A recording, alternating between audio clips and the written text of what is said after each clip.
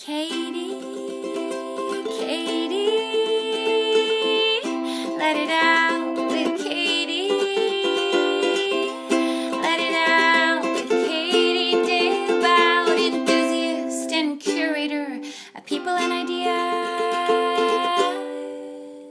you need to hear. Hello everyone, I am Katie Dalebout and this is Let It Out, a podcast where I interview a diverse group of people who inspire me. We have had writers, comedians, actors, yogis, health coaches, and today's guest, Sam Zabell, is first of all amazing. She works in media for Time Inc. and she's a master at calligraphy, and she used to host a podcast for Real Simple magazine where she used to work, called Adulting Made Easy, which is how I discovered her, and she's interviewed everyone from Abby Jacobson from Broad City to Ashley Ford, who we love, who's also been a guest on this podcast, which is how I discovered her when I was preparing for that interview.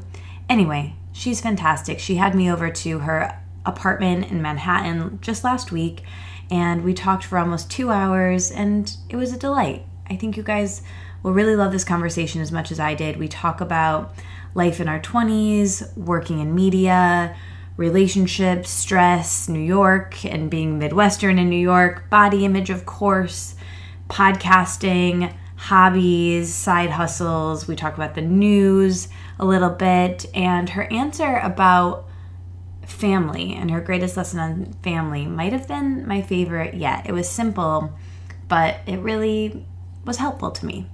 Anyway, I know you'll like that answer and everything we talked about, but before we get to the interview, let's talk about the sponsors.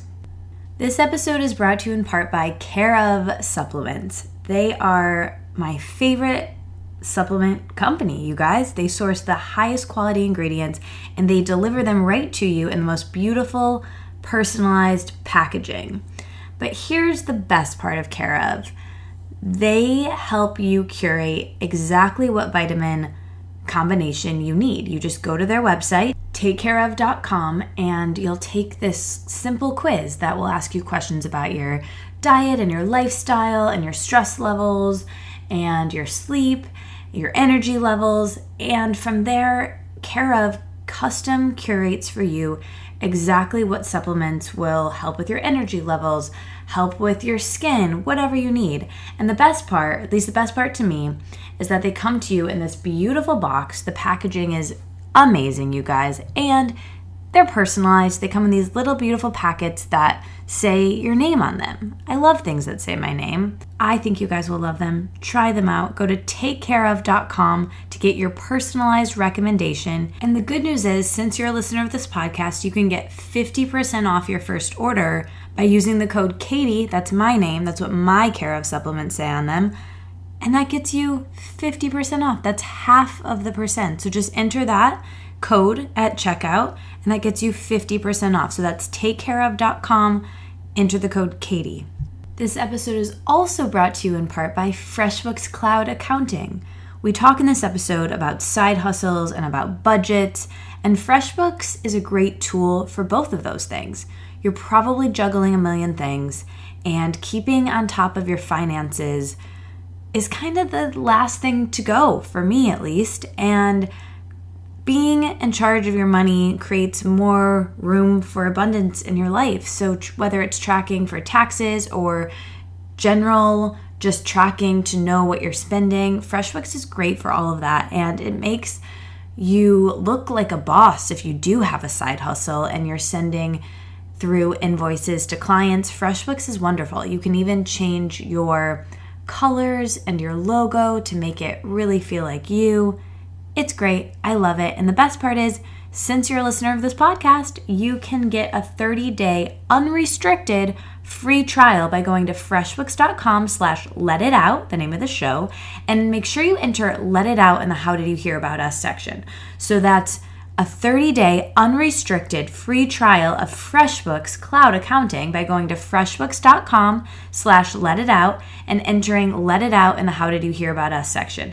That, lets them know that you're supporting the podcast and that we sent you. So thank you so much for listening. Stick around till the end of the episode because I will tell you the emoji. One last thing I forgot before the episode starts. I am doing a live podcast recording on August 24th at 6:30 p.m. at The End, my favorite coffee shop. It's in Williamsburg, Brooklyn. It's the home of the Unicorn Latte, the original Unicorn Latte. There's no charge, just come hang out. I'm interviewing the founders. They're selling my book at the coffee shop currently and then as well. So we'll hang out, we'll sign books, we'll give hugs. You can get a latte. It will be lovely. Hope to see you there. Enjoy my conversation with Sam. I was trying to think today how I found you, and I didn't even remember. I was thinking I was obviously listened to your podcast, and I couldn't remember how I found it. And then I realized I was interviewing Ashley Ford, and so whenever I interview someone, I always go onto iTunes and listen to all the podcasts they've done. And she had recently done yours, and Love her. I loved her as well. And you, as the interview, did such a great job with that interview. It's so funny you say you do research because that was such a weak spot of mine. In the beginning, I did so much research, and I was just an editorial assistant, and I was like, gotta find every article that's ever been written. Yeah. And then it became like, oh my God, I'm recording a podcast in an hour. Oh, like gotta download 80 articles on my phone for the commute. And then I just walked in and I was like, okay, so... Either way, you Actually, did it I knew her perfectly. work, so it worked. But Yeah. some people It's always really- best, I think, when you're excited about the person Yeah. that you're speaking with. Like she I am with you. was, yeah, she was great. She Yeah. was so wonderful. Yeah, she was great She's in so mine. She's talented. just so talented. And when you guys were talking about how you're both from the Midwest, I was like, me too. I want to meet this girl too. And I was moving to New York, and so I was like, yeah, this is great. That's Someone I definitely great. want to have on the podcast. Yeah, and connect with. So Awesome. Well, thank you. yeah, I related to you so much. So I have copious notes. Today it was lovely. Like on my walk over here, I got to catch up on episodes of your podcast, and it was lovely. So I feel like we hung good. out all day, which was great. Good. I'm so glad. But anyway, yeah, so I started my podcast in 2013 and really feel like I grew up on the internet with the episodes, much like you and what you spoke about in the podcast. And I think we change so quickly in our 20s, you know, we're constantly growing and changing. So what was that experience like for you doing that on your podcast? It was a little bit cringeworthy because I unfortunately had an audio diary of that change, and I sounded. I can't listen to the first couple episodes of the podcast because they just sound so. My voice is like 6 octaves higher. Like it's just there's so many things, but I think I feel very lucky that I got to talk about adulthood and the changes of your 20s at a time when I was living it, because I don't think people get reassured enough that like it's normal to feel overwhelmed, it's normal to feel lost, it's normal not to be at a job you like. Yeah. I mean, I loved my job, but it's normal to, you know, just feel really lonely. And I got that affirmation weekly, which was really helpful to me. You know, my mom and my parents can only do so much, and our friends, and I got really lucky. The people who were reassuring me, strangers every week, chefs, and people who worked in politics, and authors who were just always like, oh yeah, I hated like the first 5 years out of college. They were horrible. I felt really scared, and unfortunately I couldn't do anything about it, and I just had to keep pushing through, and there was no spring break. And I think the podcast ended up being really helpful to me. Yeah. It was great. Do you think that it helped change you or helped speed up your growth in any way? I think yes. Well, it made me a lot more confident a lot more quickly. It made me a better listener. It made me a little braver than I was probably when I started. When I started my job, I didn't even like people to hear me talk on the phone. I would take phone calls, even if it was a 5-minute phone call to order lunch. I would leave my desk because I didn't even want people to hear me. Like, I was very nervous. Yeah. And the podcast really helped me become a little bit more confident with being able to engage. I mean, you would think that journalism school would have done that, but you can kind of exist, or you, depending on how brave you are, I guess, as a college student, you could really exist in your own bubble. I got away a lot in journalism school with interviewing people within my comfort zone, with interviewing professors and other students and whatnot. Yeah. And this really forced me to branch out and just give it a shot and say, maybe this really famous author would want to talk to me. I mean, I interviewed Abby Jacobson once. That's what I listened to on the way over. Yeah, there was no reason why she should have ever wanted to talk to me, but it just kind of worked. So I did such a great job with that. Oh, I was very starstruck. You would have never known. You put it together. But I think, yeah, I assume it sped it up a little bit. I don't think I would have been as outgoing, as willing to just kind of shoot the breeze with all these, people who seem to me to have their lives together, had I not been forced to do it. Yeah, so how did that come to be? How were you in that position to start the podcast? What was the impetus of Adulthood Made Easy? Yeah, so Real Simple was the parent brand of the podcast, and I started there summer. It'll be 3 years that I've been at Time Inc. this summer. So I started there August 2014, and that February they released a book called The Real Simple Guide to Real Life that they were kind of pegging. Real Simple has all this great service about easy recipes, how to do everything in the world, basically. And so they were culling all that information together for millennials, which I thought was really smart, and putting it in a book and pegging it for graduates for May. And at the time, Slate, which is Panoply, which is what my podcast was through, was saying, okay, we have all these great editors and all this great production equipment. We need the talent and the editors and the actual content. So they came to Real Simple specifically because they were looking for lifestyle podcasts, and they were specifically looking for one targeted at millennials. And it just so happened that coincided with this book, and it happened at the time that I was like the only millennial in the office and had just really branded myself as the one who had no idea what was going on. Yeah. Like I had just branded myself as kind of the deer in headlights of the office because I was the baby of the office at the time. So that was your first job out of college? That was my first job out of college. And you mentioned you went to journalism school at Northwestern? Yes. So it was my first job. It was within the first 6 months of the job. They were like, the editor-in-chief called me into her office, I think. Or my boss prepped me that the editor-in-chief would be talking to me, and she was like, would you do this podcast? What do you think about it? I think you'd be great. And I was like, sure, I'll do a podcast. Absolutely. Were you so excited, or were you scared out of my mind? But okay. I was always told to say yes to everything. Yeah. That was like the advice I always got. And I just said, sure, yeah, absolutely. I'll do whatever you want. Yes, anything. And the first episode really kept me up at night for a lot of weeks. And it worked out. In journalism school, did you study broadcast? Did you study writing? Where did you I was focus? on the magazine track, so okay. I studied writing and editing mostly. I took one multimedia class and didn't like it. We did an audio story and a video story, and it's funny, now I work in video strategy and I don't do any writing and editing anymore. And I had a podcast, and it's funny, and you never really know where you're gonna go. Yeah. But yeah, I never did broadcast. And I barely listened to podcasts either. Now I love them. I fall asleep to them. I listen to them on my commute. But at the time, I think the only thing I'd listened to was Serial and maybe a Julie Andrews interview that I found just because I was looking specifically to hear her voice. I find her voice very calming. Oh, yes. So I just was like, oh, I guess maybe there's been a podcast. But I work hard, and I'm trying to own up more to the fact that I do work hard, and I do try to own up to that. But yeah. I will say getting this podcast was total, like, I was in the right place at the right time. I was the right age when they needed it, and it just sort of worked like that.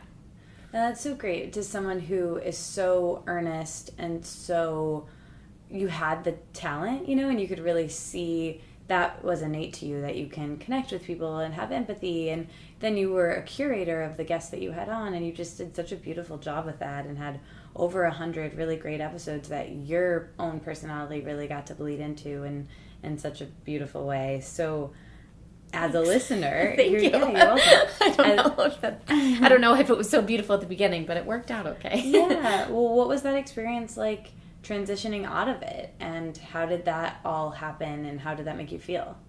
I was really sad actually that it was over, but it kind of, I hope one day that I'll get to, if not pick up Adulthood Made Easy again, not pick up that again, I hope I'll get to talk to people about that time in their life. I think the one regret I have is that I didn't find what I wanted the podcast to be earlier. And I think I was just young and nervous and didn't know how much when it's your first job and you're 22, you want to please your boss. And I didn't really think of it as my project until I'd been doing it for probably 6 months. I finally started to find some agency, and it moved from like really service-y episodes of like how to shop for one and how to open a bank account and how to open a credit card. And it shifted more to just me finding people who had interesting experiences in their 20s that they could talk about. And it felt to me that it turned more into kind of what we're doing now, just talking and learning about experiences.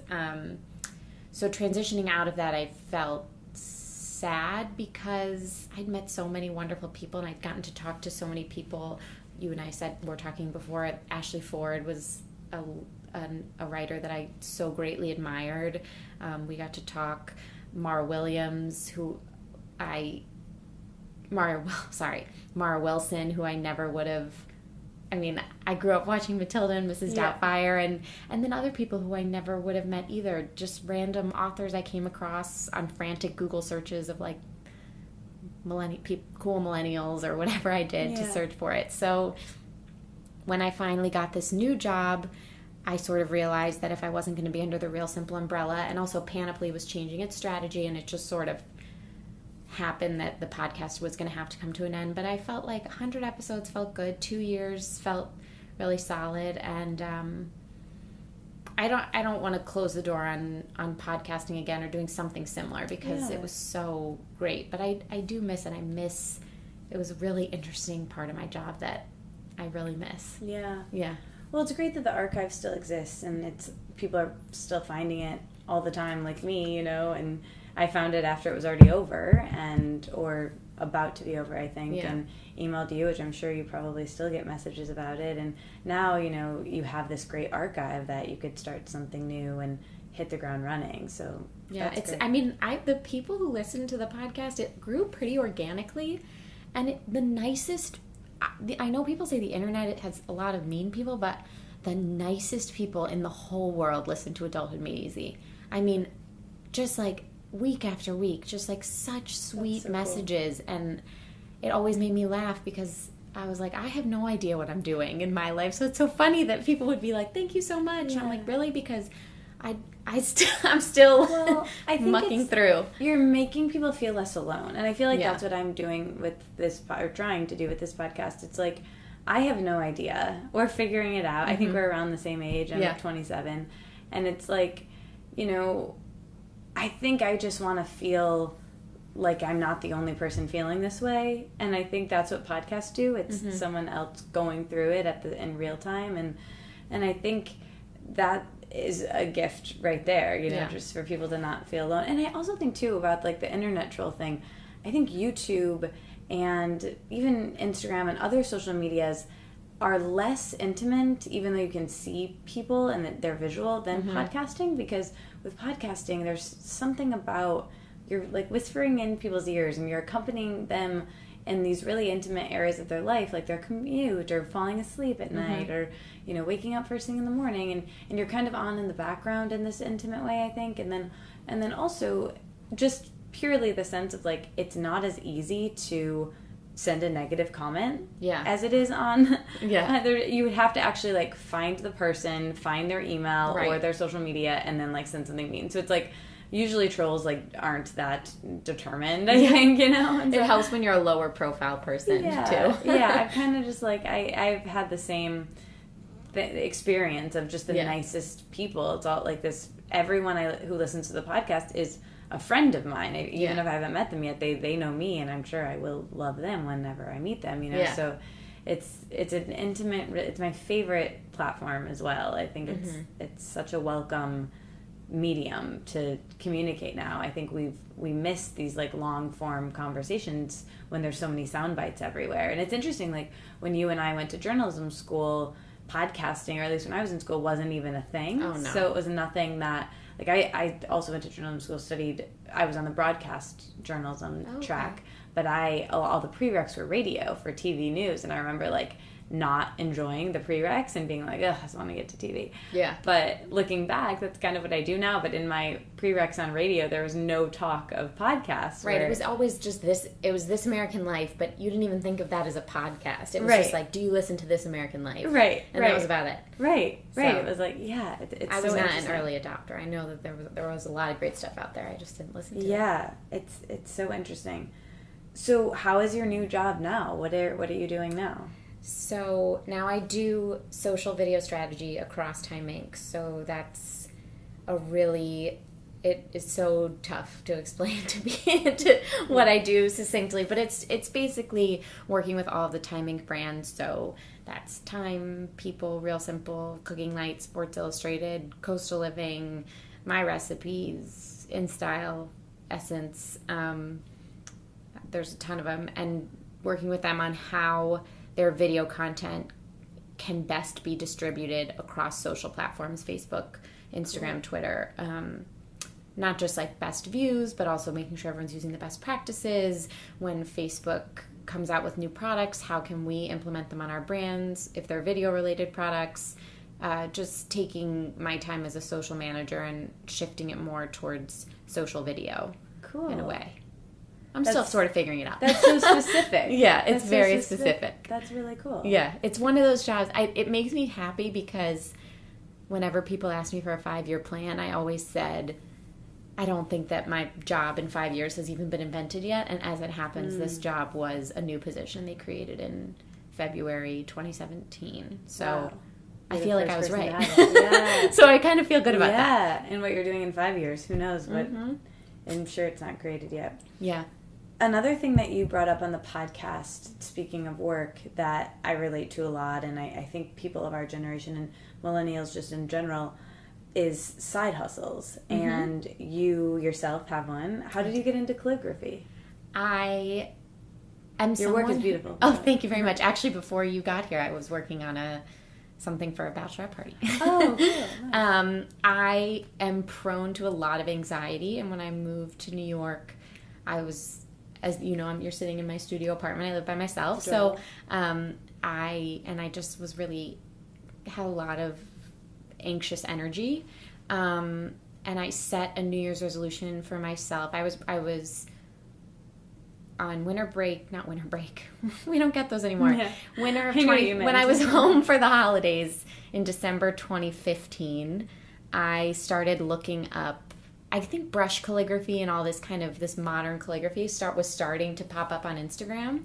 I've always loved handwriting. I was a kid who could emulate anyone's handwriting. I made all the posters for games or whatnot, or decorated people's doors. Yeah. And I looked up an intro kit online, and I needed a New Year's resolution. And I was talking to my mom about it, and she said, I actually think that would be a really great way to kind of keep yourself occupied and keep your hands occupied and your mind occupied. Because even though I watched a ton of TV, but it wasn't enough of a focus for me. You know, you can really kind of zone out, and I needed something that I could zone in on and focus on and not let my mind get too crazy.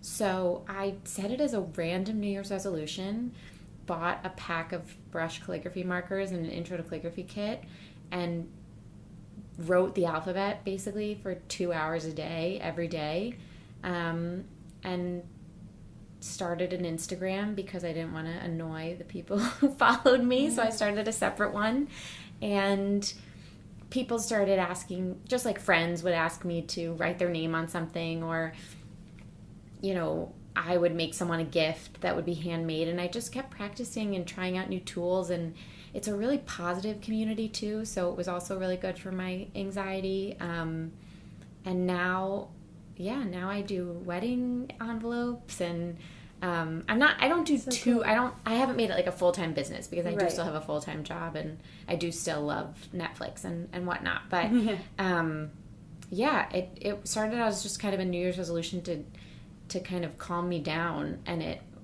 became a really, really fun and, you know, a project, a hustle. Yeah, I love that. And I love that that was a topic of Adulthood Made Easy, because I think it is so common in our generation, and wonderful. It's so great to have something that you know, I also have a full-time job and do this outside of this isn't kind of my calligraphy, what we're doing right now. Yeah. And I think it's nice to not have to put the pressure on that hobby or that passion project to make your money. I learned this from Elizabeth Gilbert's new book, Big Magic. Or not new, but most recent book. And she talks about how before Eat, Pray, Love came out, she always had another job at the same time because she's never had to put the pressure on the work creatively to make money, and then she could, you know, still play all the notes of herself. Yeah. So do you feel like, what's kind of your advice for someone who, you know, is living in New York City and wants to do something, or not New York City, but is just busy and young and in their 20s and wants to make the time to do something like that? How did you kind of, especially when it was new, force yourself to make time to do something you know you want to do and is fulfilling, but you have limited time to prioritize that? Sure. Well, I think what's interesting for me about calligraphy is, like I mentioned, it's actually something I've, in a way, always been interested in. Like, I really was always really interested in handwriting and doodling. And I remember being a camp counselor. This is so bizarre, but I remember being a camp counselor, and one day we did a carnival, and every counselor was responsible for having a game station. And so someone did, like, bags, and someone did, I don't know, one of those things where you knock the soda. We turned the gym into a carnival, and I couldn't think of a game, and everyone had already paired up, and I was like, okay, I'll bring in, I have all these old pieces of 5x7 cardstock. I'll bring in my markers, and I'll just write the kids' names really fancy with embellishments. And I remember I had to skip lunch that day with everyone because I was like back ordered. Yeah. I had like too many every camper. I just have always been really interested in it. So I think that the first step is finding something that, some people have the personality to pick up something totally new. I think it's easier if you're super busy to find something that you already have some sort of passion or interest in. That's pretty obvious, but I think you might find it in surprising places. And then I also think that you have time to do it, you just don't realize it.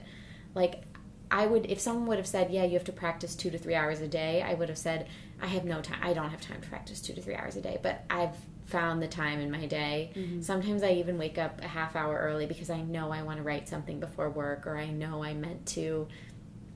The calligraphy Instagram community has like prompts for you to write different words out or whatnot. So I know that I want to wake up in the morning to write out a couple of things or send someone a letter or decorate an envelope. So I actually think that we have time in our day. We just take up that time by watching Netflix or just kind of puttering around or scrolling through Instagram for hours, and I do all those things too. But I think if you find something you're passionate about that you want to put the time in, you actually probably do have the time. Yeah. And I mean, I used to bring my markers to work, that I was like, I could take 15 minutes and go to the cafeteria and doodle a little, and it made me more productive at work. And I came back to my desk and I felt like I got to do something I loved for 15 minutes, and it felt great. And no one's going to penalize you for a 15-minute break. So, you know, what's the difference? It's funny that what's the difference between that and looking at your phone for 15 minutes? Exactly. Like, you know, that's what this has sort of become. It's like, instead of me coming home and just sitting on the couch and scrolling through Instagram and thinking about, I have to make dinner, it's almost like I'm excited to get home and get through dinner and get all situated so that I can do calligraphy. And I think you have to be mindful. Like, maybe you can't take up, I don't know, something super complicated. I think a lot of craft-like hobbies are pretty good because you can do them while you watch TV or whatnot. If you want to take up, you know, if you like to write, I think technology has made it really easy and fun to change what it means to quote-unquote blog, whether that's podcasting or having a dedicated Instagram or whatever it might be. I had a friend who was like coming up with personalities on Snapchat with the funny filters. So I think there's a lot of fun things you can do, but you do have the time. You just spend it watching Netflix. I had Josh Radner on my podcast, who was in How I Met Your Mother, and he said that the director of that show, when he got that role, was like, you know, this is great, this is a big deal, but just so you know, it's not going to hit all of your notes creatively, because he was like a theater actor. You're going to have to like find other things to hit all of your notes. And at first, I think he said that he was like, well, this takes up a lot of my time. I don't know if I want to do that. But then he ended up, you know, doing other things outside of that, which was his kind of version of a full-time job, or it was a full-time job. And I think I related to that so much because, you know, even if you like your job, even if your job fulfills you creatively, I think, you know, our unused creativity ends up not being benign if we don't actually use that in some way. Yeah. So anyway, I think it's great to what we just talked about. Yeah, and I think some people are very adamant that they're not the creative type or whatnot.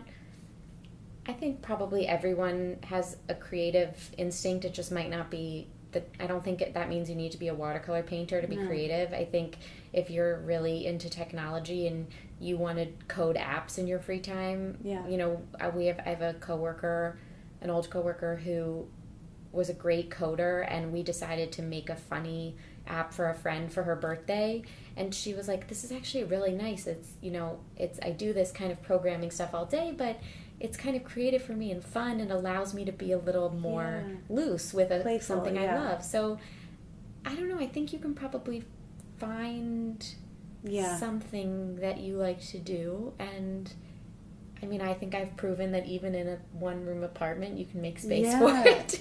You just have to get things that collapse and fold up and and have drawers and bins. I love that we're talking about hobbies because I think it's so important.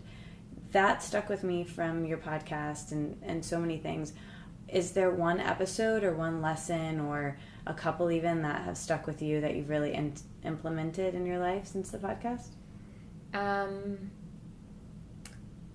Yeah, I mean, there are a lot. I think the overarching idea that you are fine and you don't have to have everything figured out was just a really nice overarching theme. But then, I mean, there were a couple of other...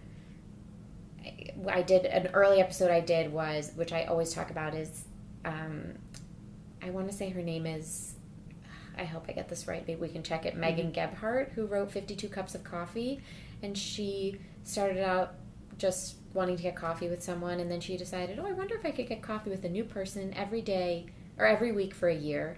And then it turned into a project, a blog, 52 Cups of Coffee, and the idea of really simple, small, easy ways to make connections, and the idea that you can create a project out of something like that was sort of the first side hustle or creative spark that I had seen on the podcast or listened to on the podcast. And I thought that she was really brave and really interesting, and she just followed something that was kind of a seed of an idea and started out with just coffee in her community. And I think she ended up going to Europe and arranging coffee dates with some people in Europe. And so cool. She met the founder of Amazon, but I could be wrong, or someone high up in Apple. She just kind of pushed herself and went nuts. I interviewed Nelufar Hedayat, who was a journalist who did this 7-part series on Fusion about trafficking, drug trafficking, human trafficking, whatnot. And she's just put herself in some incredibly difficult situations journalistically. She's our age. I'm 25. She might have been 26. She worked with the BBC, and then she worked with Fusion. And most optimistic person I'd ever met. When she came in for the podcast, she had her hair dyed rainbow. She was so happy, so positive. I remember it was 2 days maybe after the election, and so I was totally out of it and really in a fog. And she was, she has such a good outlook on life. And I think that was a really good lesson too, which is that, you have to have a bigger perspective, and you have to think about where is this how is this gonna impact me in 2 weeks, in a month, in a year? Am I gonna be so upset about this in a year? If the answer is yes, then give it its due. If you are gonna be upset about this, if you've suffered an incredible loss, if you are dealing with some kind of pain that you're gonna be upset about in a year or two, absolutely sit with it, rest with it. If it's something that in 2 weeks you're gonna look back at and say, this is so silly, then why don't you just move on now? I love that. And a lot of the importance of having some kind of creative outlet was another, which I think I took that to heart. And I think overall it was just the idea that it all sort of, you just kind of have to make I said this is sort of my mantra for 2017, which was just, you don't have to always make the best decision, you just have to make a good decision. You just have to make something that feels good to you. If choices A and B both feel good, then just pick one. You know, it doesn't have to be, okay, but what is the best choice right now? You just have to say, well, this feels good, and maybe this is the easier choice, and it feels good, so great. I'm just going to go with that. Like, you're never going to, that sort of was an underlying theme that I've really, really tried to live as much as I can, as much as one person who's a little neurotic can. Yeah. I think decisions can be so debilitating. Yeah, paralyzing. Yeah, absolutely horrible. Yeah, I'm glad that's not just me. No, I can't make, my parents know that I don't even like deciding where to go to dinner. Oh, me neither. I don't like I have anxiety right now thinking about it. Yeah, I don't like any decisions. I didn't like, I had to move apartments. The amount of decisions of what moving company and how do you pack and what should we throw away and should I sell my furniture and what should I move there and then you walk into one room of an apartment and you're like, well, how do I set this up? And well, where am I now? I have to get to know this new neighborhood. Yes. And it was horrible. In the same boat. Yeah. And then there are like obviously bigger, you know, when I had to go with this new job, it was like 3 weeks of crying because I didn't know if I wanted to leave. Well, I think it's jarring, you know, and I think maybe I've been saying this a lot, that I don't think life gets easier and I don't think decisions get easier, but I think we get better as we get older because we have more experience. For sure. And it's not the first time we're going through something. Right. So I feel like that is one element that we have on our side with like age. So I certainly recognize that making decisions about moving apartments in New York is like a very lucky place to be in to make those decisions. And deciding between staying at a job I love or trying a new opportunity are two great positions to be in. Like, I consider myself very lucky that I haven't had to make any really actual, really tough decisions. But it doesn't make them any less challenging or jarring to your daily life. So I am trying to keep a little bit more perspective. Like, is this really, with everything going on in the world right now, like, what should we really be upset about? Yeah. And 9 times out of 10, it's not like, where should we go for dinner? Right. There are like bigger things. I find that for me, it's always that I'm like fearing regret. Mm-hmm. I think decisions in New York City it's like a big thing because there are so many choices here. Yeah. So it's so easy to have regret when it comes to where you went to dinner because there are 8 million places that might have been better, you know? Yeah, that's why I like to cook, because I only can cook like 3 things. Yeah.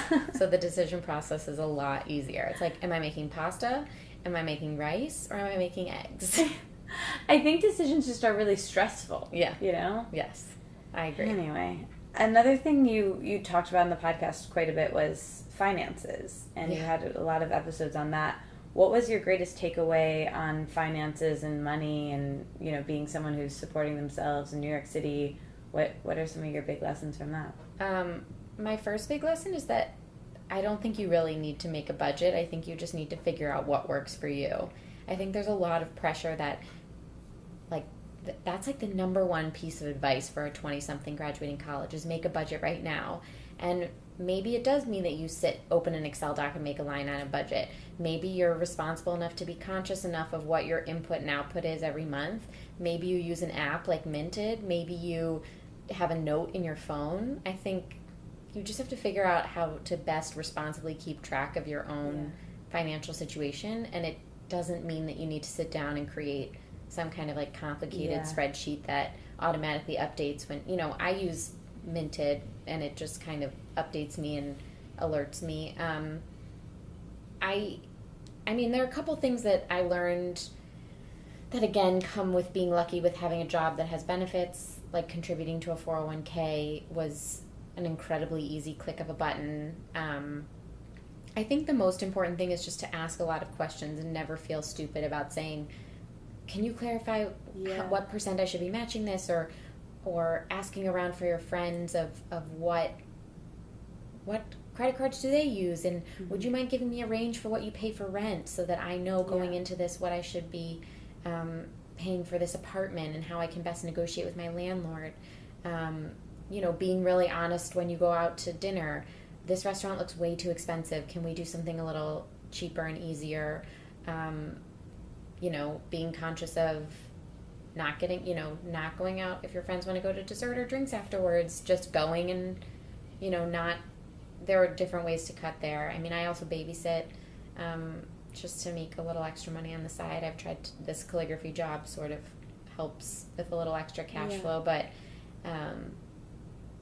and then the only other thing I would say, which isn't necessarily about budgeting, is that my friends and I have tried to become a little bit more honest about what do you make and what are you earning and how do I best negotiate my salary, because I think the best way to be a financially sound person in the city is to know what you're worth at your job.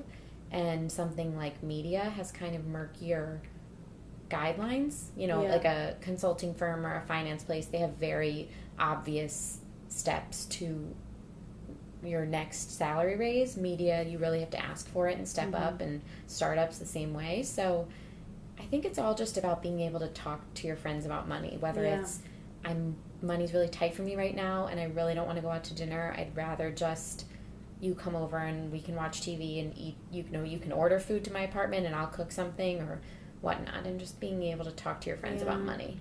Do you think that our generation will be, I think it is such a taboo for talking about money traditionally. Do you think our generation is changing that with having conversations like this and trying to be more open about it? In some ways, I think it comes from your parents and the people older than you who taught you about money. And I think as long as it's sort of a tough topic for them, it's going to be a tough topic for us. Yeah. Plus, it's kind of complicated and it feels really scary to manage your own finances, because you want to be smart and you want to be responsible and you want to take advantage of every opportunity, and this is just an expensive time of your life that it's not as expensive, I guess, as if we had kids, but it feels expensive. Yeah.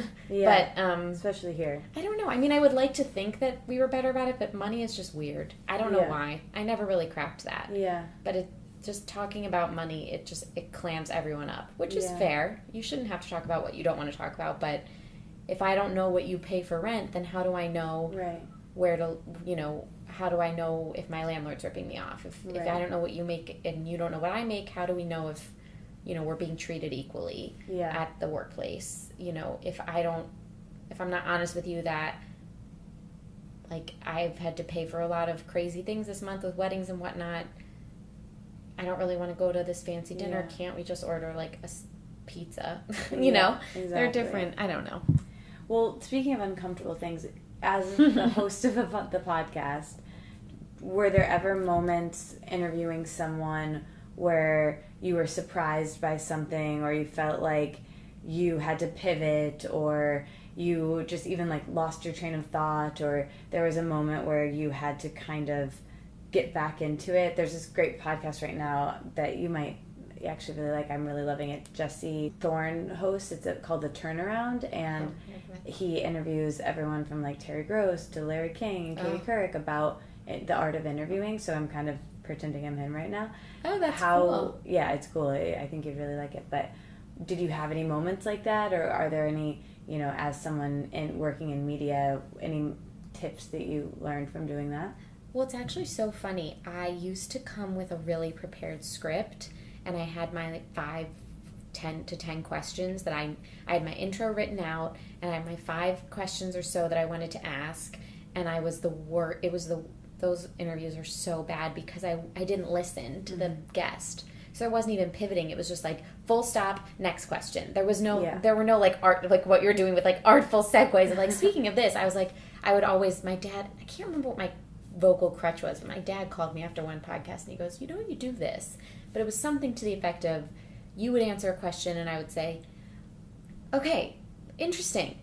So what do you think about? And there was it was like I wasn't even processing their answer.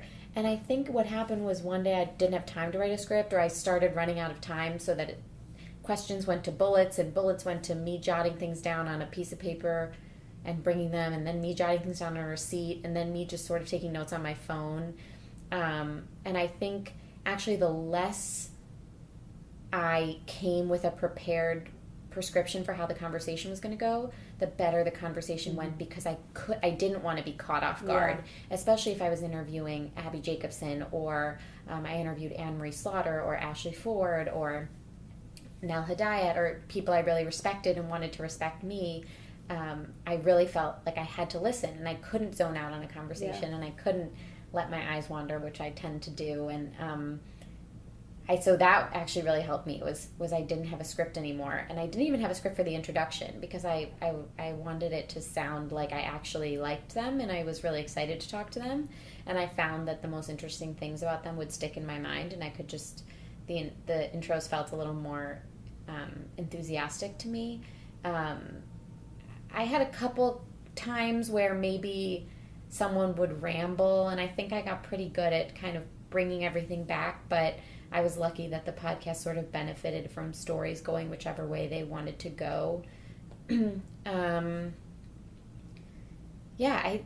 It was just, I became a really, really good listener, and I wasn't a good listener at the beginning. I was just, I have my 5 things I want to get out of this show, and that's it. And it became so much, and some of the best conversations went places I never would have guessed, because I showed up and I was like, okay, we'll find out what we're talking about today. Sometimes I had to record the intro afterward, because I could then say, we're going to talk about this and this, because I wouldn't know going into it. Yeah, that's what I do now. Yeah. It's interesting, and that's been my experience as well. The ones I'm least expecting to be great end up being wonderful, and vice versa. And on that podcast I mentioned, apparently Larry King likes to not prepare so much that he won't read their book, he doesn't listen to anything on them, he won't do any type of preparation, because he says it's the best interview is when he's in the same position as the viewer. And so he likes to be completely in the dark. And then Katie Couric said that she does somewhere in the middle, because there's Larry King on one spectrum, and then there was someone else that she mentioned who was on the other end. And so I think it's that dance of, kind of knowing the person's work well enough to be able to be educated on them enough to have a informative conversation, but then not, guiding it to these specific places. And anyway, it sounds like... I felt like if I was ever really caught off guard, it felt really authentic to the show. It felt like if they went a different direction or really surprised me with something, I wasn't afraid to say, oh, I'm really surprised, or I don't know what that means. Can you explain that to me and maybe any listeners who don't understand? So I didn't mind being in a vulnerable position. My goal of every show, my secret goal, which I guess now is no longer secret, was I always wanted the interviewee, the guest, to respond to one of my questions with, that's a really good question, or I have to really think about that. That was always my goal. And I would say 8 out of 10 times I got it. And those kinds of questions come up from me sitting here and listening to you and having something you say spark a question in my head, rather than me having a list of 5 questions that are not that interesting because they're not sparked by any of the interesting experiences that come up. But I remember the couple times that I was able to get people say, oh, that's really interesting, I never thought about that, or wow, that's a good question. I was like, yes. I know. I feel that felt great. I feel the same way. I feel like we're getting very inside baseball on this. I know. I could talk about your podcast forever, and I have so many more things I could ask, so maybe we'll veer back into that. But how I've been usually starting the podcast lately is with this question, but I got right into talking about your podcast, so I didn't, but I'll ask you now. What have you been really interested in lately? What have you been contemplating, realizing, reading, just thinking about in the past super recently, like today, this week, this month? I mean, I don't know how dark this podcast gets, but today I'm thinking that New York is probably one of the top cities that will be bombed in a nuclear attack from North Korea. So I had to text my mom and say, do you think we're really going to get attacked? And she said no. So that was today. What have I been thinking about recently? I've been thinking about, I work on the same floor as the news team producers, so I think about the administration and the current political climate all day. It's not my favorite way to spend my brain space, which is why I've become a big reader. I mean, I've always been a big reader, but I've become a more voracious reader because I need fiction and nonfiction, mostly fiction because I need like the escape. I've been really trying to think more of, I've been realizing that like there are some things that go on day to day that I have zero control over, i.e. like what North Korea does, like they're not going to consult me. They have zero interest in my opinion. I wish they would. Yeah, so North Korea is not going to knock on my door and ask what I think they should do. So I've really been trying to, so like today a friend and I were having a conversation about it and she was feeling really upset and I was like, there's just nothing I can do. Like that's just out of my ability to comprehend. So we've really tried to focus on finding the slivers of good news. Like I was looking at all the different children's authors that are coming out with books about refugee children and refugee stories to communicate to young kids. And I kind of have been trying to seek out that type of news so that I can still be informed but not overwhelmed. Yeah. I've just recently turned 25, so I have like my quarter life crisis realizations every couple weeks. Today was the like, where am I going to be in 5 years? I don't know what I'm ever going to do if I have to buy a house. Do I have to live in New York forever? This place is so overwhelming. There are sirens all the time. There's that realization of, I wish that there was a more concrete plan, which goes against everything I've said previously in this conversation, which is that everyone told me it's so nice that you don't have to worry about it, but I still do. Yeah. We're human. Yeah. I don't know. Do those count as realizations? Do people say more eloquent things than that? No, that was those wonderful. are very dark. I also have I'm also a very happy person. I mean, I have a lot of happy things in my life too, but when you work in media, there's just no escaping like the crazy things that go on every day and just like, how did we get here and how can I contextualize this against like what's really going to happen versus what's just getting tweeted out versus, I mean, I've never been this involved in understanding what's going on in and maybe that's a good thing. I don't know. I go back and forth. Yeah. If this is good that I've been woken up like this or if maybe I would have liked to sleep in a little more. Yeah. I think being awake, being woke, if you will, to all of these things is so important, but it should be acknowledged that it is exhausting in this world that we live in. And because I think a way to protect yourself is self-care, which it sounds like you have a great self-care practice with calligraphy and these other things. And I want to go back to what you said about living in New York. Yeah. Especially since I first just moved here and we're both from the Midwest. So why New York? You've been here for a couple of years now. You're from Ohio? Okay. Outside of Cleveland. Yeah. Okay, cool. I know. I should be nicer about New York since I did choose to move here. It felt really inevitable to me because of media. Okay, so did you want to move here growing up as a kid? We spent a lot of time in New York. I was a theater kid. I loved Broadway shows. My mom had family on the East Coast, so when people were doing weekends in Florida or weeks in Florida, we came up to New York. I do really like it. I had a lot of my network here from internships and whatnot, and at the time when I really thought I wanted to do magazine journalism, it just felt like the only option. I'm hot and cold on New York. I do feel like I've been able to find a way to live here in a Midwestern manner, and sometimes that just means that I say good morning to every single person I pass. Other days I feel very New York and I'm just grumpy and grouchy and elbow pushy. But yeah, I'm hot and cold on this city. It's very loud and crowded and expensive, but the park is really pretty and there's a lot of really interesting culture here, and I've gotten to see some talks and readings and stuff that I would never get to see in my suburban home. Mm-hmm. So I don't know. It'll be great. I know you just moved here. Thank you. But you'll love it.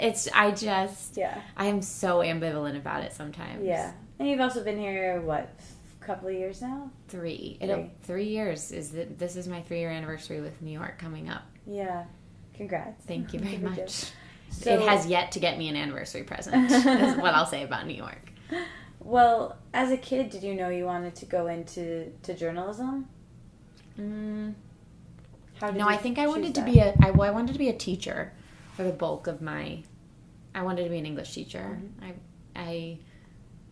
I then wanted to be in the theater. I wanted to be on Broadway, but I can't dance. So that was short-lived. So you did theater all through high school? I did theater, elementary, middle school, school, high school. Child? Nope, I'm the oldest of, my sister is 2 years younger than me. Her birthday's coming up. I toured. I was always just going to be an English major and figure out what I wanted to do. I wasn't on the school paper. I liked to write, and that was sort of it, and I liked to read. My mom and I flew to Chicago. A family friend went to Northwestern. He said he'd be happy to tour the campus with us. I'd been on 0 campus tours. We flew to Chicago for the day, literally flew in at 7 a.m. and we had a 7 p.m. flight out, which you can do from Cleveland to Chicago because you gain an hour going there. So we took off at 7 a.m. Cleveland time and landed at 7:05 a.m. in Chicago. It was very cool. Mm-hmm. And it's like that from Michigan too. Yeah, it's great. And I was a sophomore in high school. He toured us around. It was cold and windy. I was like, great, this is where I'll go. I don't need to tour any other colleges. Sure, you're in the journalism school? That sounds great. I never thought about being a journalist, but sure. Which probably makes sense why I was so nervous to interview people. I never dreamed of being a journalist. I wasn't like, I want to crack all the investigative cases and like get on the ground places. I just wanted to write and tell stories, which is why I think I gravitated so much more towards just talking to interesting people. And I did a lot of books coverage at Real Simple. I never was like the hard-hitting person who wanted to like get every source. That was never me. But as we know, I don't like making decisions. So I toured this campus. I really liked it. It kind of worked. It fit all my boxes. I liked the color purple. Mm-hmm. And I just, true to my neurotic self, threw all of my effort for the next year and a half into meeting every single one of Northwestern's specific qualifications on collegeboard.com, which I checked every single day to see if it had changed, to make sure that I still fell on the spectrum of a good Northwestern applicant. And luckily it paid off. My mom and I always talk about how there was no plan B, and like had I not gotten in, we really did, like, we just entertained no other options. Yeah. So it could have been a pretty big disaster, but I wanted to be an English teacher. I don't know how I ended up here. You ended up here in New York. Yeah. I love that the thing you said about saying good morning to everyone. And it sounds like, and I relate to this as well, and Ashley Ford did too, being Midwestern is a defining characteristic of your personality. Yes. What are some ways that manifests, or have people called you out on that since being in New York? Yeah, I mean, I think that my lack of bravery when it comes to crowds and stuff like that is kind of calls me out as Midwestern. People get on my accent. Occasionally I'll say something. Apparently I say fireworks weird. I don't know. I don't hear it, but I'm also right. I don't. There are a couple things like that. The friendliness. I think that like I call out if something happened in Cleveland. Like I'm very loyal to Cleveland, and people make fun of me for that. But yeah, I don't know. I always think that everything I do is perfectly normal and the gold standard for all of humanity. So I don't notice it. I think the friendliness of like I'll check out at Duane Reade or CVS and, oh, hi, how are you? How's your day? And people do make fun of, like, the other day I was eating dinner and the table next to me, or I was going to order dinner, and the table next to me, the girl had a really good-looking pasta dish. And so I just leaned over and tapped one of the girls on the shoulder, and I said, what's that pasta you're eating? And she told me, and the person I was eating with was like, you are so weird. It's so funny. Because I'm very much... That doesn't even faze me. I talk to all the strangers in terms of... I saw someone yesterday who almost slipped and fell, and I just happened to be staring at her. She almost slipped and fell, and I like called across the restaurant. I was like, are you okay? Like, I know I'm staring at you. I just want to make sure I'm not making fun of you. I just think that was really like unfortunate. And she was like, oh yeah, I'm good. So some people don't know how to react. Some people like it. But I think that's probably the weirdest thing I do is I just... really cozy up to strangers and like people's kids too. People are always like, why do you just talk to random babies? I'm like, because they're nice. I love that. Yeah. I like that you I'm looking at your Cleveland thing right now. I like that you call out, or you notice the Cleveland thing, because I'm wondering, my boyfriend was in town this weekend, and we started counting how many Michigan and Michigan State shirts or hats we saw just walking around. And there were so many. I think we got to like 7 or 8. Yeah. And I was like, he said to me, he's like, how many Ohio State sweaters do you think we've seen that we just haven't noticed? Yeah. Because well, I do think that Michigan, I feel like there was probably a big New York population part of the New York population who went to University of Michigan. Because I see those. My boss went to University of Michigan. Okay. Yeah. All right, because so maybe it's actually. I tend to see, I tend to really notice it. I don't see a lot of Ohio State. I see a lot of Cavs jerseys and whatnot. Yeah. And I'll usually try to be like, oh, I'm from Cleveland. Yeah. And they're like, oh, cool, me too. Yeah. Which you know because I'm wearing a Cleveland shirt. Yeah. I always like kind of smile. I'm like, I wonder if they just like see that I'm smiling, or if they are noticing that, remember what they're wearing. Because sometimes if I have a shirt that says something, I forget that I'm even wearing a shirt that says something. Yeah. So, anyway. Definitely. Okay, I want to ask you some of the questions that I ask everyone who comes on the podcast. So, we talk a lot about body image on this podcast, and as women, and I think just as people, it's something that we deal with. So, as a young woman living in New York, working, have you ever struggled with body image, and how do you shift out of that and come back to yourself and being okay as a person in the world? Yes, I think I would imagine that most people say yes to that. No one said no. Yeah, what you can't see in this apartment, for those listening, is the person who is renting it to me installed a lot of mirrors on all of the walls. Yes. As you can see, if you look around. I was thinking that. Which is like it's nice to have one mirror in a studio apartment because it's supposed to like make it look bigger. I was going to say probably that's But what you can't see is there are mirrors all over. So when I moved into this apartment, I really had to come to terms with the fact that I could see myself and all they're the not time. Like mirrors you can cover up. They're floor to ceiling. And your glued closet onto is the walls. Mirror. Yeah, I don't really know why she did what she did, but she did it. I struggled a lot with body image in middle school and high school. I had, which I wrote an essay about for Real Simple, I had trichotillomania, I still have it, which is a hair pulling disorder, which is like you pull out eyebrows or hairs from your head or eyelashes, obsessively, usually related to anxiety. So that's pretty much where most of my body image issues come from. I don't ever look in the mirror and say like, wow, you have just perfect body, but more or less I know that I'm healthy and whatnot, but I do have that, for what it's worth, that I'm working through, that is pretty much those who know me now know about it because I wrote about it. That calligraphy has been a really big, it all kind of comes back. That was why I needed to keep my hands occupied, so I literally stopped pulling my hair out. So it's more just, it's not that I look in the mirror every day and say, oh, you're so beautiful. It's just that I move on with my life. Do you know Arden Rose? I don't. She's a YouTuber, but I had her on the podcast and we talked about, she has Trick. Yeah, that's what people, I thought that's how it's abbreviated, but I'm not sure. I don't know. That's what I call it, just because it's very long to spell. It is. Yeah. But anyway, she talked about that, and which was new really to me, and it was. I'll have to look her I'm up. really glad we had that conversation. Yeah. Yeah. And it's great that people have talked about this from every angle, like not just weight or size, not just from all of these different angles. So I love that. Yeah. What about your relationship with social media and your phone? That's something else I think is so interesting to talk about with people, and especially for you working in media. It's a love-hate relationship. I was a social manager for 2 years, so I was glued to social media on my phone because I had to be updating the Facebook and Twitter and Instagram whatnot handles for the brand. So is that like a 24/7 situation, or how? There's a scheduler, so we can schedule things out, but more or less there was something right. Real Simple didn't have a ton of breaking news, but there were weekends and there was night work and whatnot. So I personally, Instagram has become a really positive place for me, like especially with the calligraphy community. I love it. It's a very specific community that doesn't deal with no one on there is posting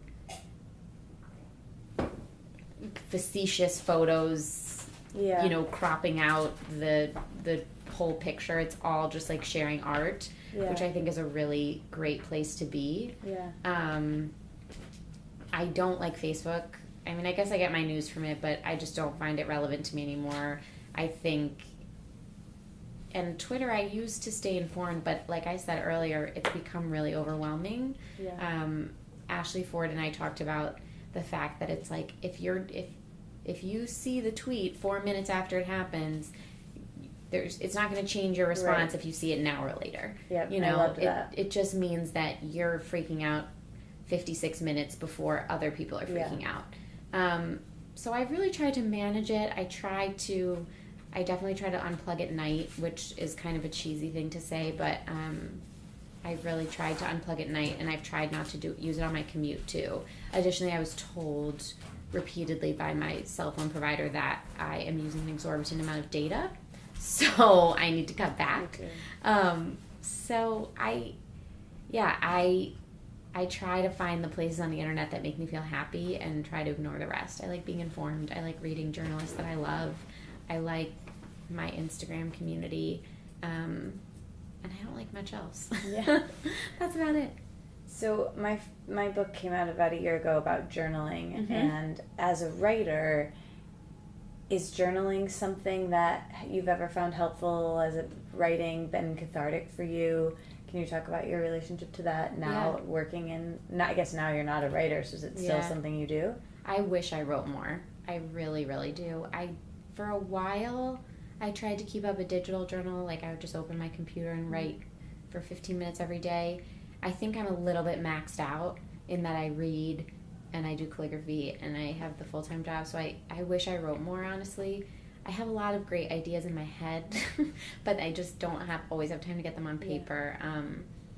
The times that I get to write essays or the times that I get to sit down and write a couple lines are really fun for me. I think it's just going to be a matter of something else has to drop before I can really give it its due. What I don't like is I'm not a big fan, ironically, of a physical journal, which is funny because I like handwriting so much. So I'm not crazy about typing because I feel like the computer can be kind of distracting. So I just haven't quite figured out how to make it work for me. I mean, I might find eventually that maybe I need to read your book about journaling. Well, I'm seeing where it would fit on the color-coded shelf. What color is the binding? It's white and pink. So I'm thinking, tough. We might have to just cut it in half. Yeah, exactly. So it works well on your shelf. There you go. We'll figure it out. So yeah, I wish I had a better relationship to writing. I will say that my computer has a whole mess of folders of just like things I've written over the years that I sometimes like going back and reading essays and whatnot. But my sister's a great writer. She writes a lot. Are you guys close? You're close in age, you said? Mm-hmm. Yeah. Does she live in the city? She doesn't. She's actually going to medical school in the fall in Ohio. Oh, okay. Mm-hmm. Cool. I guess which is the fall, like, so tomorrow. Yeah. Oh, so weird. Yeah. Can't believe that. I know. What about feminism? How do you define feminism, and what does your feminism look like to you today? I've never had to define that before. I guess I just define it the way everyone defines it, which is that why shouldn't men and women be equal, and why shouldn't everyone who wants to identify as a woman be considered as equal as anyone who, is, I don't know, genetically considered a woman at birth or whatnot, or whatever the correct terms are. I just think that it means that women need a seat at the table, and it probably should be at the head of the table, right next to whoever else is sitting at the head of the table. I think the female leaders that we have to look up to are really, at this age, are just really incredible, and they like you said earlier, they help us develop empathy, which I think is something that we all need right now, and it's kind of a superpower that people don't talk about enough. It's not just bravery or intelligence, it's like that empathy card that people don't have. How do I act my feminism? Was that the question? Yeah, I think you really kind of answered everything I was wondering about, but what it looks like in your life. Yeah, I just try to read, like my books, I try to read women, diverse women. I try to support socially like really powerful women. I feel like my first bosses were powerful women. I feel like I'm surrounded all the time by really powerful, wonderful women. My friend and I started another Instagram account called Craft for Change, which is we kind of collect artists who have all happened to be female, who do activist-minded artwork, and they kind of sell it through us in exchange for a donation to a cause they care about. So I think my feminism is pretty millennial in the sense that it kind of is rooted in social media. I love that. But it's just like, why shouldn't everyone have an equal seat at the table? And in some ways I feel like probably there are places where women probably should have more seats at the table because they've been denied them for a fairly long time, and they have a lot to say. Yes, preach. Yeah. Completely agree. I love this question because it really gives me a picture into people's lives. So what are your morning routines, maybe the first 3 things you do when you wake up in the morning, and how that affects how the rest of your day goes? Sure. I have actually become a really big runner since moving to New York, which I think is just me trying to seek out greenery in the city. So I would say 4 out of 5 mornings I go for a run in the morning, and then I come back and I have a very minimal morning routine. I would love to say I eat breakfast. I usually don't. It's usually a granola bar or a banana when I get to work. I would love to say that I have an amazingly professional makeup routine. It's usually moisturizer and eyeliner. I usually wash my face with makeup remover, so I'm not like a skincare guru, but I usually I like to download the crossword and a podcast for my commute in the morning. So the New York Times app? I use the New York Times crossword every morning. So I download it before I leave my apartment so that I can turn my phone onto airplane mode so I don't have to use data. My commute's about 40 minutes. It's really nice. So I can either be doing the crossword, or I'll read, or I'll listen to a podcast. So it's some sort of just like alone time. I actually love a long commute. My morning routine, I used to live close to my office, and I used to walk 45 minutes to and from work, which was really nice. On days that I don't run, I wake up way too late and have been known to get ready in 7 minutes and out the door. That's sort of how I go. What about in the evening? How do you spend your evenings? What are the last few things you do before bed? I come home. If I don't have dinner plans, I'll make dinner. It's usually pretty simple. I set up my calligraphy table and will either do, if I have commission projects I'm working on, or just doodling. Usually have Netflix on in the background. Right now I'm on a Parks and Rec kick, or I'm watching Arrested Development for the first time. And I like to read before bed, whether it's a chapter or 5 pages. I can usually tell how tired I am after I've read 1 page. If I notice that the words aren't registering, I'll put it away. But I'm usually home by 6:30, so I can get in a couple hours of practice and TV, and usually have time to make dinner and then have time to read before bed. Cool. Love that. Okay, so this is the quick fire round, so just say like the first thing that comes to mind. Sure. Favorite color? Purple. Favorite day of the week? Saturday. Favorite hour of the day? These ones are just 8 to get you p.m. warmed up. 8 p.m. Okay. Yeah. What's one thing you wish people would ask you that you don't get to talk about often? Oh, that's a good question. And this is supposed to be speed, now I don't know what to say. So I start out easy to like warm people up. My friend and I are really trying to get out the word about Craft for Change, which is our Instagram project. How can people get involved? It's on Instagram at Craft for Change. Cool. We'll put it in the show notes. 2 days a week we have unique original artwork for sale, and I put sale in quotes because the price is a donation to a specific cause, and then we're always looking for new artists who want to contribute. Cool. Very cool. I feel like maybe people listening to this podcast will reach out. Please, Craft for Change. What is one thing that you wish more people knew about you specifically? Is there anything? I do think it's funny that I was a theater kid, so I do tend to I kind of whip that out as a funny anecdote. What was your favorite Broadway show growing up? Oh, that's a good question. This is a horrible answer, but I loved them all. I mean, I remember loving The Music Man. I remember seeing Wicked. That in high school. Yeah, I remember seeing Wicked in New York. My sister was the lead in Once on This Island, and it always made me cry, and she was in 7th grade. I just saw Bandstand with a friend of mine who I did theater with in high school, Corey Cott, who's now in Bandstand. So there's a lot of really good stuff out there. That's really cool. What's the best thing you've eaten in the last week?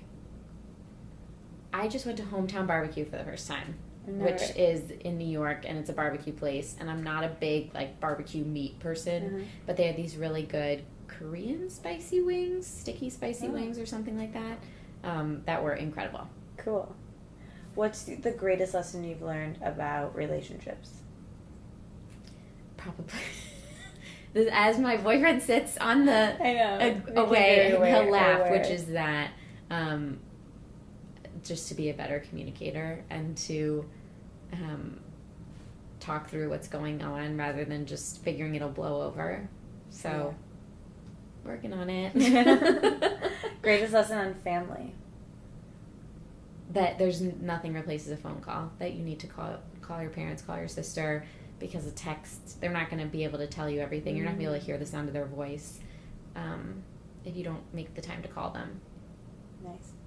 What about on spirituality, God, what happens when we die? Where are you with all of that right now? Oh, God. I don't like, that's like I can't think about that because it really freaks me out. I actually was just reading a book that had an essay that really dealt with that, with her dog and like where her dog goes, and I had to skip the essay because I don't really have a theory. It gets too big for my brain. Yeah. Did you grow up with a religion or with a... I grew up within a conservative Jewish temple. I still find like the Jewish culture, I celebrate all the holidays and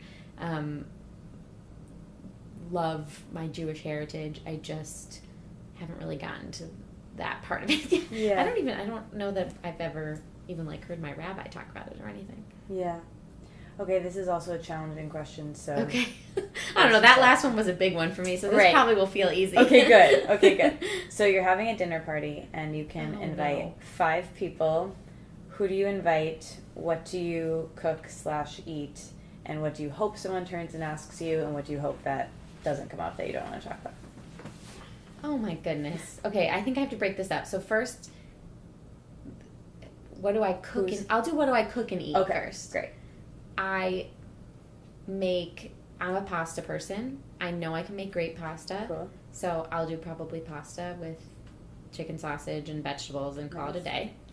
And I will also make my Aunt Fern and my mom our chocolate chip cake recipe for dessert. Ooh. Because that's the family. What? Chocolate chip and cake? Yeah, it's like a coffee, like a breakfast cake. That sounds amazing. I have yet to perfect it, but I'll make it for this fancy dinner. Or you even have your mom make it. Right, and send it. And so 5 people to have dinner with. Oh, goodness. Ruth Bader Ginsburg is one. RBG classic. Is this like dead or alive type thing? Or is this they all have to be alive? Nah, either way. I think I'm going to make them all alive. Okay. Because that'll narrow it. Yeah. I know how you are with this. This is horrible. I feel bad. I know I want Ruth there, though. Great. Ruth has to be there. That came easy. Oh, jeez Louise. Now I have to take a peek at my bookshelf. Yeah. You know who I would have be there? Yeah. Chimamanda Ngozi Adichie, who's one of my favorite authors in the world. Cool. She wrote Americana and Half a Yellow Sun and The Thing Around Your Neck. She's wonderful. I would have her there. Great. That's 2. Tina Fey. Oh, or Amy Poehler. Oh, God. This is horrible. They can both come. Then I only have 1 left. Okay, I'm going to say Tina. Okay. Because... she can bring a date. Right. Because, maybe Amy will FaceTime. Right. Okay, so Tina. So, what am I at, 3? Yeah. This is horrible. Michelle Obama. And I'm going to invite my mom, because if she's going to bring the dessert, I think she deserves to come to the dinner. At the table. Yeah. Oh, you know what? I'm going to bring my Aunt Sarah instead of my mom. Okay. I mean, my mom, I want my mom to come, but I think with the people at the table, my Aunt Sarah would... She's also the most fascinating, wonderful, happy person, and I want her to be there. Cool. She's 90, and she's the greatest ever, and the most wonderful person alive. So I think she should come to dinner. Yeah. Is that 5 people? Yeah, Am I that done? sounds right. Okay. That sounds right. And what else do I have to answer? What do you hope you guys talk about at the table, and what do you hope that doesn't come up that you don't want to talk about? I hope Ruth just tells us all her life story forever, and we can all just talk about everything she's accomplished and everything wonderful. I would love for us to all make book recommendations for each other, so I can hear like what Michelle Obama's reading and what Ruth wants me to read. Yeah. And what Tina wants me to read and what anyone wants me to read. I'll do it. And what do we hope doesn't come up? Math. Great. I don't want anyone to ask me any math. Yeah. I don't want anyone to ask Okay. me. Yeah. Or Ever. right. Preferably. Or or I don't want anyone to ask me like to describe the wine. Or to make a decision about Yeah. something. Yeah. Great. Okay, so this last one, second to last one, is really just a way to recommend things. So Okay. pretend you're trapped on a deserted island and you can only bring with you one movie, Oh my God. one You're book, killing me. one TV show, one music, something to listen to, Okay. and one food. So we can go through them. Slowly. Okay. One movie, The Parent Trap, starring Lindsay Lohan. Oh, so good. Except the part when they pierce the ears, it like still makes me It's cringe. the greatest movie alive. If we had 2.5 extra hours, I could recite the whole movie for you. Oh my God, that's amazing. Okay, one TV show. Oh, goodness gracious. And you can just recommend something you've always loved or something that you've been watching. This is really just a way for you to recommend things to people. So Okay, I just watched Veep for the first time, I and haven't it's watched it. incredible. So, I feel like if I was on a deserted island, I would want the humor of Julia Louis-Dreyfus Yeah. to carry me through the waves. A book, everyone should read Homegoing by Yaa Gyasi. I think that book, I could read it again and again and learn new things every time. And a food on a deserted island. What's something you love that you never get sick of, other than Cheerios pasta? and grape nuts. Oh, perfect. That's Cereal. my So comfort. good. That's my comfort dinner. My mom. It's a combination from my mom that I still. If I could have Cheerios, I could be so hungry and have a bowl of Cheerios and grape nuts and be totally satisfied. That's so funny. My mom is huge on mixing cereals. Not that Yeah. specific combination. No one mixes grape But- nuts. No one will ever say grape nuts. I'm actually surprised they're still like being made. That's so funny. But yeah, it's like it's like a magic potion. It'll satisfy me at any time. Aw. It's so funny how like food and smells and songs can do that and like be so nostalgic. Yeah. What about music? What is something you've been listening to recently or something that you've always loved? I hate to say that I'm not a big music person.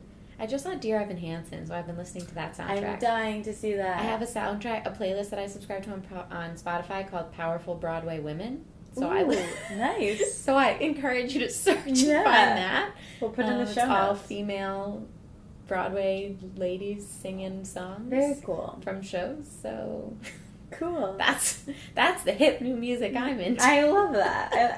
Dear Evan Hansen is very hip, Yes. so it is very challenging. to No, get Dear Evan to it. Hansen's a good one. My Powerful Broadway Women playlist is probably unique to my musical taste. Well, I love it, and I'm probably going to listen to it on the way home. Great.